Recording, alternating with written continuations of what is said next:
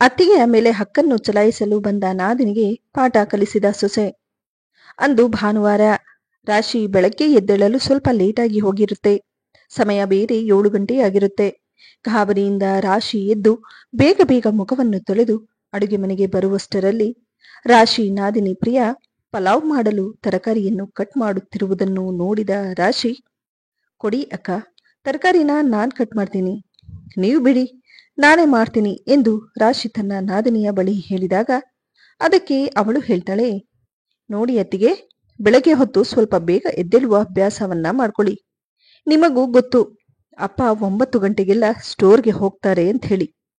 ಇನ್ನು ಅಮ್ಮನಿಗೆ BP ಇದೆ, ಅವರಿಗೂ ಸರಿಯಾದ ಸಮಯಕ್ಕೆ ಊಟ ತಿಂಡಿ ಕೊಡಬೇಕು.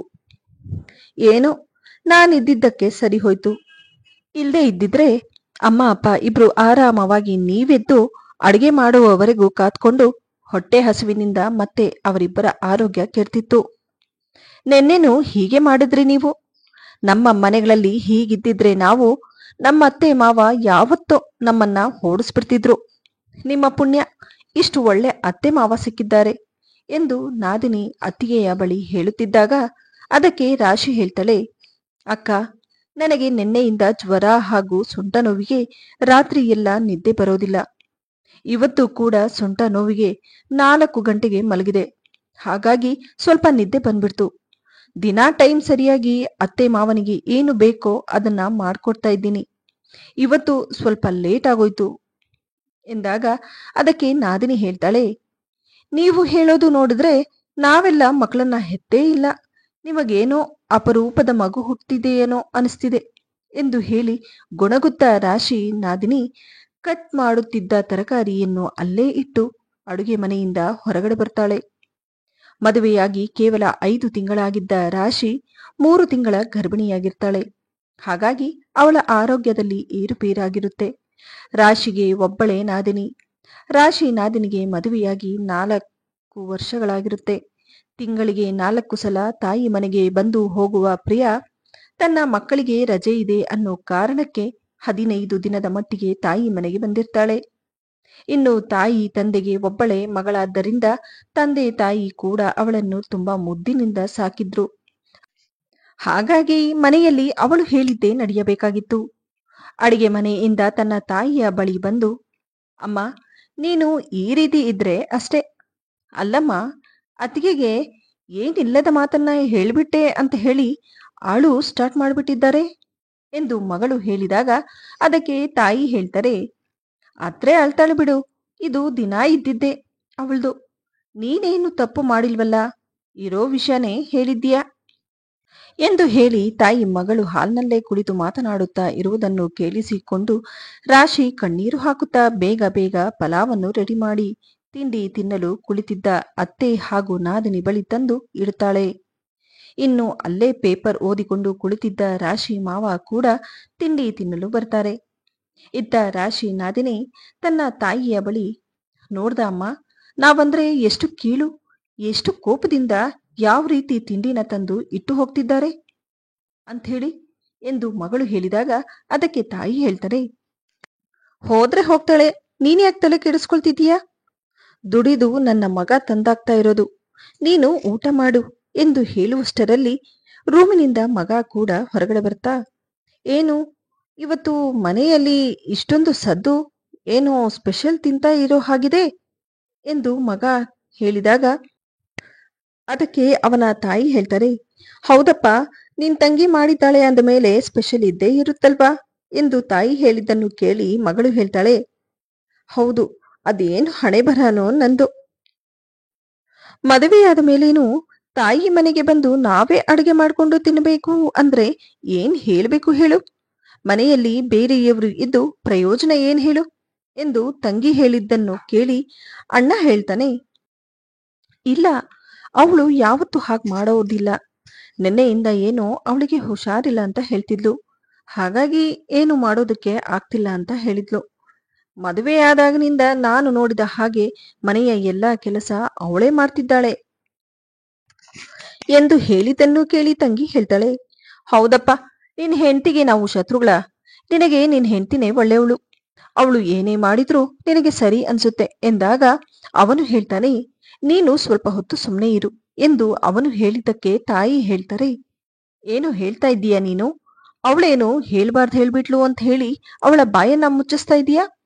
ನಿನ್ನೆ ಮೊನ್ನೆ ಬಂದವರಿಗೋಸ್ಕರ ಒಡ ಹುಟ್ಟಿದ ತಂಗಿಯನ್ನೇ ಬಾಯಿ ಮುಚ್ಚು ಅಂತ ಹೇಳ್ತಾ ಇದ್ದೀಯಾ?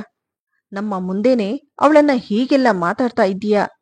ಇವತ್ತು ಹೀಗೆ ಹೇಳಿದ್ಯಾ, ನಾಳೆ ದಿನ ಮನೆಗೆ ಬರಬೇಡ ಅಂತ ಹೇಳ್ತೀಯಾ ಎನ್ನುವಷ್ಟರಲ್ಲಿ ಅಲ್ಲೇ ಇದ್ದ ರಾಶಿ ಮಾವ ಬಂದು, ಏನಾಗಿದೆ ನಿಮಗೆಲ್ಲ?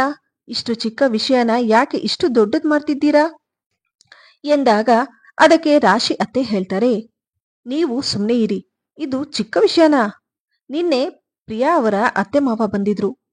ಅವರ ಮುಂದೇನೂ ನಿಮ್ಮ ಸೊಸೆ ಇದೇ ನಾಟಕ ಆಡಿದ್ಲು. ಏನೋ ನಾವಿದ್ದಾಗ ನಡೆಯುತ್ತೆ, ಮನೆಗೆ ಯಾರಾದ್ರೂ ನೆಂಟ್ರು ಬಂದಾಗ ಇದೇ ರೀತಿ ಮಾಡಿದ್ರೆ ಹೇಗೆ ಹೇಳಿ? ಬಂದವರು ಏನ್ ತಿಳ್ಕೊಳ್ಳೋದಿಲ್ಲ.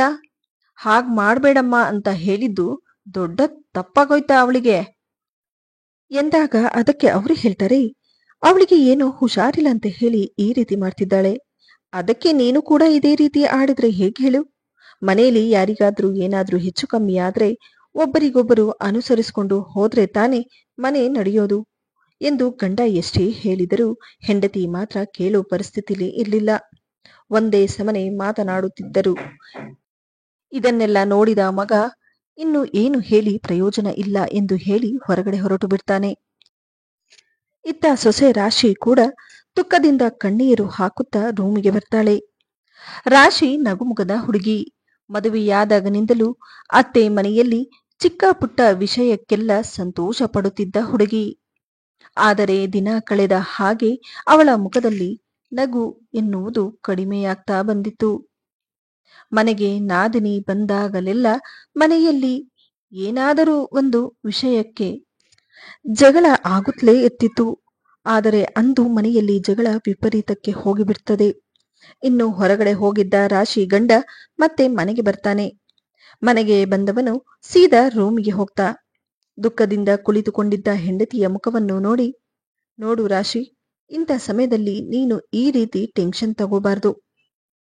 ಮೊದಲೇ ನಿನ್ಗೆ ಆರೋಗ್ಯ ಸರಿ ಇಲ್ಲ. ಟೆನ್ಷನ್ ತಗೊಳ್ಳೋದ್ರಿಂದ BP ಹೆಚ್ಚಾಗುತ್ತೆ ಅಂತ ಡಾಕ್ಟರ್ ಹೇಳಿದ್ದಾರೆ. ಇದರ ಬಗ್ಗೆ ಹೆಚ್ಚಾಗಿ ಯೋಚನೆ ಮಾಡಬೇಡ ಎಂದು ಗಂಡ ಹೆಂಡತಿಯ ಬಳಿ ಹೇಳಿದಾಗ ಅದಕ್ಕೆ ರಾಶಿ ಹೇಳ್ತಾಳೆ, ನೋಡಿ, ನೀವು ಹೇಳೋದು ನನಗೆ ಅರ್ಥ ಆಗುತ್ತೆ. ಆದ್ರೆ ನಾನು ಎಷ್ಟಂತ ಸಹಿಸಿಕೊಂಡು ಹೋಗೋದಕ್ಕಾಗುತ್ತೆ ಹೇಳಿ? ಮೊದಲೇ ನನಗೆ ಹುಷಾರಿಲ್ಲ. ಇಂಥ ಪರಿಸ್ಥಿತಿಯಲ್ಲೂ ನನಗೆ ಇಷ್ಟೊಂದು ಕಷ್ಟ ಕೊಟ್ರೆ ಹೇಗೆ ಸಹಿಸಿಕೊಂಡಿರೋದಕ್ಕಾಗುತ್ತೆ ಹೇಳಿ? ನೀವೇನೋ ಕೆಲಸಕ್ಕೆ ಹೋಗ್ಬಿಡ್ತೀರಾ, ಆದ್ರೆ ಮನೆಯಲ್ಲಿ ನಾನು ಎಷ್ಟು ಕಷ್ಟಪಡ್ತೀನಿ ಅನ್ನೋದು ನಿಮ್ಗೇನು ಗೊತ್ತು? ನನಗೂ ಹುಷಾರಿಲ್ಲ ಅಂತ ಹೇಳಿ ತಾನೆ ನಾನು ಬೆಳಗ್ಗೆ ಸ್ವಲ್ಪ ಲೇಟಾಗಿ ಎದ್ದೆ. ಇಲ್ಲದೆ ಇದ್ದಿದ್ರೆ ದಿನ ನಾನು ಸರಿಯಾದ ಸಮಯಕ್ಕೆ ತಿಂಡಿನ ಮಾಡ್ತಿದ್ನಲ್ಲ. ಅಷ್ಟಕ್ಕೆ ಇಷ್ಟು ದೊಡ್ಡದು ಮಾಡೋ ಅವಶ್ಯಕತೆ ಏನಿತ್ತು? ನನಗಂತೂ ಸಾಕಾಗೋಗಿದೆ. ನನಗೆ ಹುಷಾರಿಲ್ಲದೆ ಇದ್ರೂ ಒಂದು ಅರ್ಧ ಗಂಟೆ ರೆಸ್ಟ್ ತಗೊಳ್ಳೋ ಹಾಗಿಲ್ಲ. ಮನೆ ಕೆಲಸ ತಪ್ಪದೆ ಮಾಡಲೇಬೇಕು. ಇನ್ನು ನನ್ನ ಕೈಯಲ್ಲಿ ಇರೋದಕ್ಕಾಗೋದಿಲ್ಲ. ಹುಷಾರಾಗುವವರೆಗೂ ನಾನು ನನ್ನ ತಾಯಿ ಮನೆಗೆ ಹೋಗ್ತೀನಿ ಎಂದು ಹೆಂಡತಿ ಹೇಳಿದ್ದನ್ನು ಕೇಳಿ ಗಂಡ ಹೇಳ್ತಾನೆ, ನೋಡು, ನನಗೆ ನೀನು ಬೇಕು, ತಂದೆ ತಾಯಿನೂ ಬೇಕು. ನಿನ್ನ ಬಗ್ಗೆ ಅವ್ರ ಹತ್ರ ಮಾತಾಡಕ್ ಹೋದ್ರೆ ಹೆಂಡತಿ ಗುಲಾಮ ಅಂತಾರೆ. ನಾನೇನು ಮಾಡ್ಲಿ ಹೇಳು ಎಂದು ಗಂಡ ಹೇಳಿದಾಗ ಅದಕ್ಕೆ ಹೆಂಡತಿ ಹೇಳ್ತಾಳೆ, ಸರಿ, ಹಾಗಾದ್ರೆ ಕಷ್ಟ ನನಗಾಗ್ತಿರೋದು, ನಾನೇ ಅದನ್ನ ಹೆದರ್ಸ್ತೀನಿ. ನಾಳೆ ಬೆಳಗ್ಗೆ ನಿಮ್ ತಾಯಿ ಹತ್ರ ನಾನೇ ಮಾತಾಡ್ತೀನಿ ಎಂದು ಹೇಳಿ ಸುಮ್ಮನಾಗ್ತಾಳೆ. ದಿನೇ ದಿನೇ ಮನೆಯಲ್ಲಿ ಜಗಳ ಆಗುತ್ತಿರುವುದನ್ನು ಸಹಿಸಿಕೊಳ್ಳಲು ಆಗದ ರಾಶಿ ಧೈರ್ಯದಿಂದ ಅಂದು ಬೆಳಗಾದ ತಕ್ಷಣ ವಾಕಿಂಗ್ಗೆ ಹೋಗಿ ಬಂದ ತನ್ನ ಅತ್ತೆಯ ಬಳಿ ಬಂದು, ಅತ್ತೆ, ಕೆಲವು ದಿನಗಳ ಮಟ್ಟಿಗೆ ನಾನು ನನ್ನ ತಾಯಿ ಮನೆಗೆ ಹೋಗ್ತಿದ್ದೀನಿ. ಅದನ್ನೇ ಹೇಳಿ ಹೋಗೋಣ ಅಂತ ಬಂದೆ ಎಂದಾಗ ಅದಕ್ಕೆ ಅತ್ತೆ ಹೇಳ್ತಾರೆ, ಯಾರನ್ನ ಕೇಳಿ ನೀನು ಹೋಗ್ತಿದೀಯಾ? ಎಲ್ಲಿಗೆ ಹೋಗ್ಬೇಕು, ಎಲ್ಲಿಂದ ಬರಬೇಕು ಅನ್ನೋದು ಅತ್ತೆ ಮಾವನ ಹತ್ರ ಕೇಳಬೇಕು.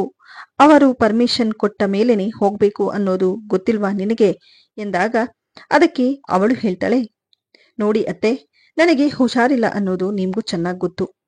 ಆದ್ರೂ ನಿಮಗೆ ನನ್ನ ಮೇಲೆ ಕರುಣೆ ಬರ್ತಿಲ್ಲ. ನನಗೇನಾದರೂ ಹೆಚ್ಚು ಕಮ್ಮಿ ಆದ್ರೆ ನೀವು ನೋಡ್ತೀರಾ? ನನಗೆ ಎಷ್ಟೇ ಕಷ್ಟ ಆದ್ರೂ ನಿಮ್ಮ ಮನೆಯಲ್ಲಿ ನಾನು ಕೆಲಸ ಮಾಡ್ಕೊಂಡೇ ಬಿದ್ದಿರ್ಬೇಕು.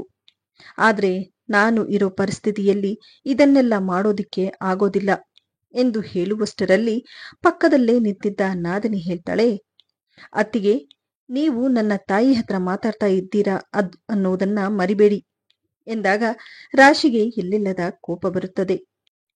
ನೋಡಿ, ನನಗೆ ನೀವು ಏನೇ ಹೇಳಿದ್ರೂ ಒಂದು ದಿನಾನೂ ನಿಮ್ಮ ಎದುರು ನಿಂತು ಮಾತಾಡಲಿಲ್ಲ. ನಿಮ್ಮ ಬಗ್ಗೆ ನನಗೆ ತುಂಬಾ ಮರ್ಯಾದೆ ಇದೆ, ಅದನ್ನು ಉಳಿಸ್ಕೊಳ್ಳಿ ಎನ್ನುವಷ್ಟರಲ್ಲಿ ಇತ್ತ ತಾಯಿ ಕೂಡ, ಎಷ್ಟು ಅಂತ ಬಾಯಿ ಮಾಡ್ತೀಯಾ, ಅವಳು ಈ ಮನೆ ಮಗಳು ಅನ್ನೋದನ್ನ ಮರಿಬೇಡ.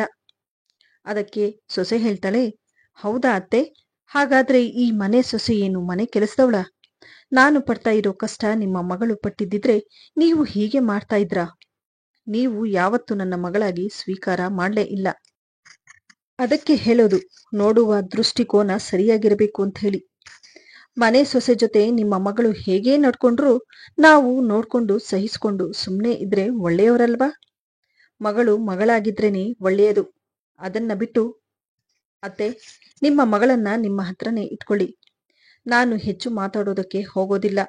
ನಾನೇನಾದ್ರೂ ಹೆಚ್ಚು ಕಮ್ಮಿ ಮಾತಾಡಿದ್ರೆ ನಂದೇ ತಪ್ಪು ಅಂತ ಹೇಳ್ತೀರಾ ಎಂದು ರಾಶಿ ಹೇಳಿದ್ದನ್ನು ಕೇಳಿ ರಾಶಿ ಅತ್ತೆ ಅಲ್ಲೇ ಇದ್ದ ಮಗನ ಬಳಿ, ನೋಡಪ್ಪ, ನಿನ್ ಹೆಂಡತಿ ಎಷ್ಟೆಲ್ಲ ಮಾತಾಡ್ತಿದ್ದಾಳೆ. ಹಾಗಾದ್ರೆ ನಿನ್ ತಂಗಿ ಈ ಮನೆಗೆ ಬರಬಾರ್ದೇನೋ. ಅವಳು ಇಷ್ಟೆಲ್ಲ ಮಾತಾಡಿದ್ರೂ ನಿಂತ್ಕೊಂಡು ನೋಡ್ಕೊಂಡೇ ಇದ್ಯಲ್ಲೋ ಎಂದಾಗ ಮಗ ಹೇಳ್ತಾನೆ, ನೋಡಮ್ಮ, ಅವಳ ಸ್ಥಿತಿ ಹೇಗಿದೆ ಅನ್ನೋದು ನಿನಗೂ ಚೆನ್ನಾಗಿ ಗೊತ್ತು. ಅಂಥದ್ರಲ್ಲಿ ಮನೆಯಲ್ಲಿ ಈ ರೀತಿ ಹೆಚ್ಚು ಕಮ್ಮಿಯಾದಾಗ ಸಹಿಸ್ಕೊಂಡು ಹೋಗ್ಬೇಕಲ್ವಾ? ಮೊದಲೇ ಅವಳ ಆರೋಗ್ಯ ಸರಿ ಇಲ್ಲ. ಏನಾದ್ರೂ ಹೆಚ್ಚು ಕಮ್ಮಿ ಆದ್ರೆ ಯಾರ್ ಜವಾಬ್ದಾರಿ ಹೇಳು? ಏನೋ ಒಂದಿನ ಅಡುಗೆ ಮಾಡೋದಕ್ಕೆ ಆಗ್ಲಿಲ್ಲ. ಮನೇಲಿ ಇಷ್ಟು ಜನ ಹೆಂಗಸರಿದ್ರು, ಯಾರಾದ್ರೂ ಒಬ್ರು ಮಾಡ್ಬಿಟ್ಟಿದ್ರೆ ಏನಾಗ್ಬಿಡ್ತಿತ್ತು? ಇದು ನಿಮ್ಮ ಮನೆ ಅಲ್ವೇನಮ್ಮ? ಅವಳೇ ಮಾಡ್ಬೇಕು ಇವಳೇ ಮಾಡ್ಬೇಕು ಅಂತ ಭೇದ ಭಾವ ಮಾಡೋದ್ರಲ್ಲಿ ಅರ್ಥ ಏನಿದೆ ಹೇಳು? ಮನೇಲಿ ಯಾರಿಗಾದ್ರೂ ಕಷ್ಟ ಅಂತ ಬಂದಾಗ ಒಬ್ರಿಗೊಬ್ರು ಜೊತೆಯಾಗಿ ನಿಲ್ಬೇಕು. ಅದನ್ನ ಬಿಟ್ಟು ಹೀಗೆಲ್ಲ ಮಾಡಿದ್ರೆ ಹೇಗೆ ಹೇಳು? ನಾನು ಕೂಡ ದುಡಿಯೋದಕ್ಕಂತ ಹೊರಗಡೆ ಹೋಗ್ತೀನಿ.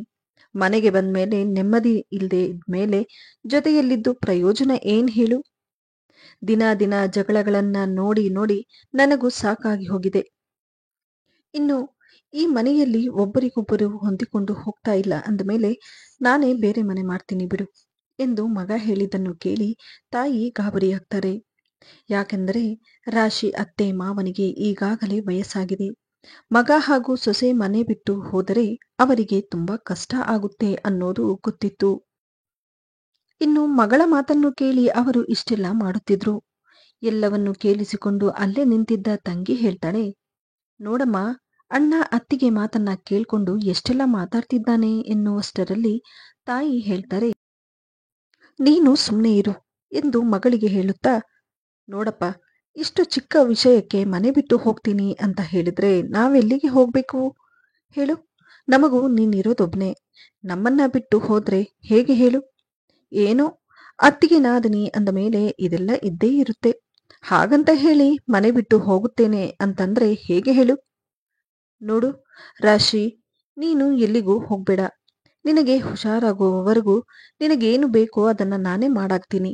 ಮನೆ ಮರ್ಯಾದೆನ ಹೊರಗಡೆ ಹೋಗೋದಕ್ಕೆ ಬಿಡಬೇಡಮ್ಮ ಎಂದು ಅತ್ತೆ ಹೇಳುವಷ್ಟರಲ್ಲಿ ಅಲ್ಲೇ ನಿಂತಿದ್ದ ರಾಶಿ ಮಾವ ಕೂಡ, ನೋಡಮ್ಮ, ಮನೆ ಅಂದ ಮೇಲೆ ಹೀಗೆಲ್ಲ ಆಗುತ್ತೆ. ನೀನು ಇಂಥ ಸ್ಥಿತಿಯಲ್ಲಿ ಮನೆ ಬಿಟ್ಟು ಹೋಗೋದು ಸರಿಯಲ್ಲ. ಇನ್ಮೇಲೆ ಮನೆಯಲ್ಲಿ ಈ ರೀತಿ ಆಗದೆ ಇರೋ ಹಾಗೆ ನಾನ್ ನೋಡ್ಕೊಳ್ತೀನಿ ಎಂದಾಗ ಅದಕ್ಕೆ ಸೊಸೆ ಹೇಳ್ತಾಳೆ, ನೋಡಿ ಮಾವ, ನಾನು ಮದುವೆಯಾಗಿ ಬಂದಿರೋದು ಮನೆ ಬಿಟ್ಟು ಹೋಗೋದಕ್ಕಲ್ಲ. ಮನೆ ಬಿಟ್ಟು ಹೋಗುವಂತಹ ಪರಿಸ್ಥಿತಿನ ನೀವೇ ತಂದ್ಬಿಡ್ತೀರಾ. ನಾನು ಮನೆಯಲ್ಲಿ ಎಷ್ಟೇ ಕೆಲಸ ಮಾಡಿದ್ರೂ ನಿಮ್ಮ ಮಗಳು ಬಂದಾಗ್ಲೆಲ್ಲ ನನ್ನ ಬಗ್ಗೆ ಕೆಟ್ಟದಾಗೆ ಮಾತಾಡ್ತಾರೆ. ನಿಮ್ಮ ಮಗಳಿಗೆ ನಾನೇನು ಶತ್ರುನಾ? ಮದುವೆಯಾದಾಗ್ನಿಂದ ಇಲ್ಲಿಯವರೆಗೆ ನಿಮ್ಮ ಮಗಳಿಗೆ ನಾನು ಅಕ್ಕನ ಸ್ಥಾನವನ್ನೇ ಕೊಟ್ಟಿದ್ದೀನಿ. ಅಂದಮೇಲೆ ನನ್ನನ್ನು ನೋಡಿದ್ರೆ ಅವರಿಗೆ ಯಾಕೆ ಅಷ್ಟೊಂದು ದ್ವೇಷ ಎಂದಾಗ ಅದಕ್ಕೆ ಅವರ ಮಾವ ಹೇಳ್ತಾರೆ, ನೋಡಮ್ಮ, ಅವಳು ತಪ್ಪು ಮಾಡಿದ್ಲೋ ನೀನ್ ತಪ್ಪು ಮಾಡ್ದೋ ಏನೋ ಆಗೋದಾಗೋಯ್ತು. ಇನ್ಮೇಲೆ ಆ ರೀತಿ ಆಗೋದಕ್ಕೆ ನಾನ್ ಬಿಡೋದಿಲ್ಲ ಎಂದು ಮಾವ ಹೇಳಿದ್ದನ್ನು ಕೇಳಿ ಇತ್ತ ಸೊಸೆ ಕೂಡ ಮನಸ್ಸಿನಲ್ಲಿ, ದೊಡ್ಡವರಾಗಿ ಇವರು ಅಷ್ಟ್ ಹೇಳಿದ್ಮೇಲೆ ನಾನು ಮನೆ ಬಿಟ್ಟು ಹೋದ್ರೆ ಚೆನ್ನಾಗಿರೋದಿಲ್ಲ. ನೋಡೋಣ, ಇನ್ಮೇಲಾದ್ರೂ ಎಲ್ಲ ಸರಿ ಹೋಗುತ್ತೇನೋ ಎಂದುಕೊಂಡು ಏನೂ ಮಾತನಾಡದೆ ಸುಮ್ಮನೆ ತನ್ನ ರೂಮಿಗೆ ಹೋಗುತ್ತಾಳೆ. ಇನ್ನು ಇಷ್ಟೆಲ್ಲ ನಡೆದಿದ್ದನ್ನು ನೋಡಿದ ಮಗಳಿಗೆ ತನ್ನ ತಪ್ಪಿನ ಅರಿವಾಗತೊಡಗಿತು. ಹಾಗಾಗಿ ತಾನು ಕೂಡ ಏನು ಹೇಳದೆ ಸುಮ್ಮನಾಗ್ತಾಳೆ. ಇಲ್ಲಿ ಅರ್ಥ ಮಾಡಿಕೊಳ್ಳಬೇಕಾದ ವಿಷಯವೇನೆಂದರೆ, ಕೆಲವೊಮ್ಮೆ ಸಂಬಂಧಗಳಲ್ಲಿ ನಾನು ಅನ್ನುವುದಕ್ಕಿಂತ ನಮ್ಮವರು ಎನ್ನುವ ಭಾವನೆಯನ್ನು ಇಟ್ಟುಕೊಂಡು ತಾಳ್ಮೆಯಿಂದ ಸಂಬಂಧಗಳನ್ನು ನಿಭಾಯಿಸುವುದರಿಂದ ಅಂತಹ ಸಂಬಂಧಗಳಲ್ಲಿ ಬಿರುಕುಗಳು ಬರುವುದಿಲ್ಲ. ಈ ವಿಡಿಯೋದಿಂದ ನಿಮಗೆ ಏನಾದರೂ ಉಪಯೋಗವಾದಲ್ಲಿ ವಿಡಿಯೋಗೆ ಒಂದು ಲೈಕ್ ಮಾಡಿ, ಆದಷ್ಟು ವಿಡಿಯೋಸನ್ನು ಶೇರ್ ಮಾಡಿ ಹಾಗೂ ನನ್ನ ಚಾನಲನ್ನು ಸಬ್ಸ್ಕ್ರೈಬ್ ಮಾಡುವುದನ್ನು ಮರೆಯಬೇಡಿ.